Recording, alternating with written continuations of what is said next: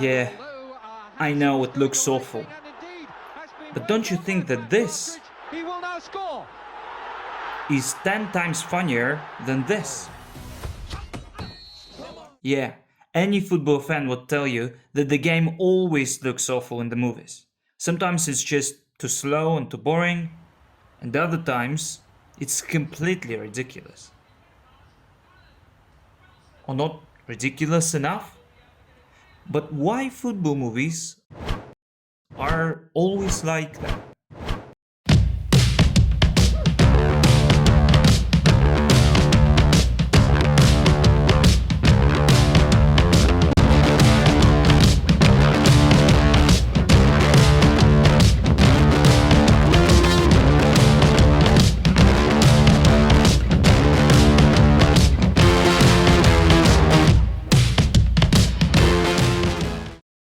First, let's start with some obvious points.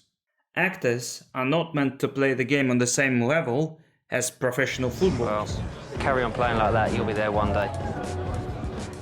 And to mimic such a high level of game is incredibly difficult. Road to Glory is actually a rare example of a good football movie. But look at poor Stallone. He was coached by top-tier professionals for quite some time before the shooting, and he still looks like a goof.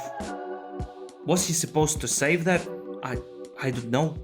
However, what if we take not an actor, but a professional athlete and teach him acting? Easy. Wouldn't it be much easier? That's exactly how producers of a 2004 movie Miracle thought. No, I'm not talking about Kurt Russell. I guess you might have seen him once or twice. Anyone messes with me and the whole camp goes. And with football we have a much better character. Welcome Vinnie Jones. Hey lads! That wanker's got a front football shirt on! An actor and a Wimbledon Football Club legend with 9 international caps for Wales. And so it happens that he has played a role in a football-related movie, and it's not any good, at least football-wise. Oh! Besides, directors usually use compositing to avoid their actors looking silly or, worse yet, sustaining injuries during a real game.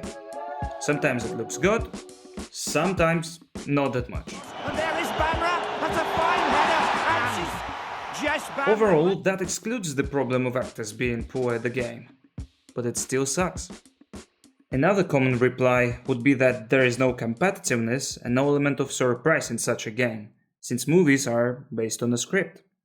Therefore, it's not as entertaining as a real football match. Spike Lee has the answer to that with He Can't Game. In the scripted version, the way I wrote it is that Jesus' shoulder is supposed to be his father, Jake, 12 zip. The whole time I told Ray I wasn't good with my left hand, which I wasn't. All I was doing every night was practicing left hand. Every night, 2-3 hours. I never let him see me practice. Yeah. So if you ever go back and see the movie again, first thing I do is start going left. And he doesn't see that coming. He doesn't see it coming. He's banking shit in. I mean, it's like crazy. And you're just filming the whole time. You Oh, want I'm them gonna to let him go, play. Yeah, yeah. Basketball is very different from football with its dynamics. It relies much more on one-on-one situations, which translates better to the screen.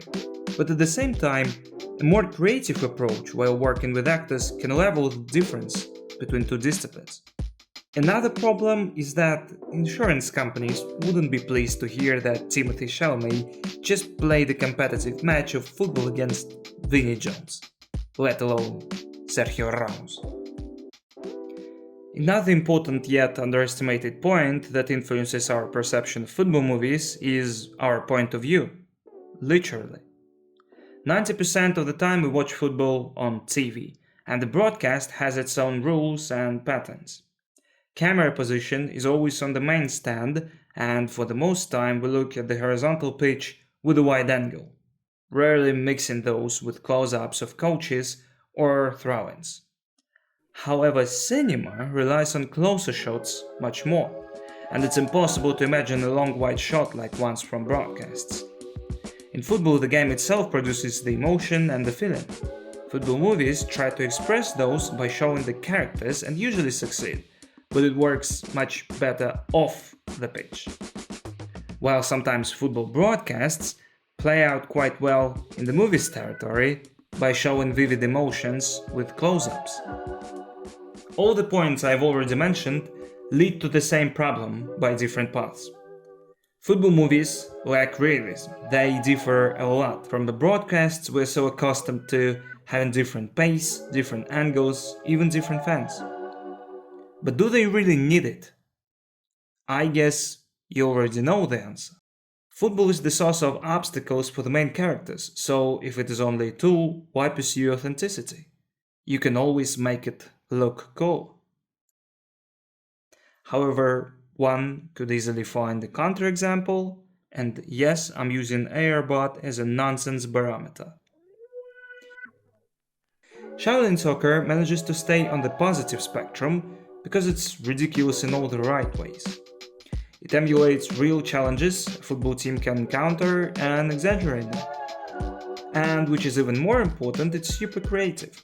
The director Chow, who also plays the Iron Leg, finds ways to show the specific energy and drive of a pacey game without actually playing it. And so the audiences go nuts, just like real fans in the stands. Most of the football films are not about football itself, they tell a story around the game. Sometimes it's a romantic teen comedy, other times it's a prison break movie with Nazis. But the game being a simple tool in the hands of movie makers isn't the problem in itself.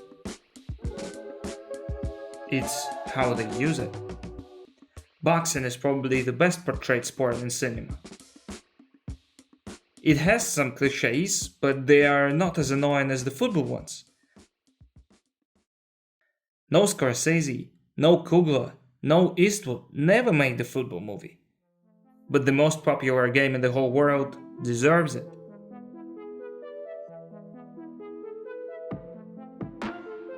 Football doesn't have its Rocky. Hopefully, only for now.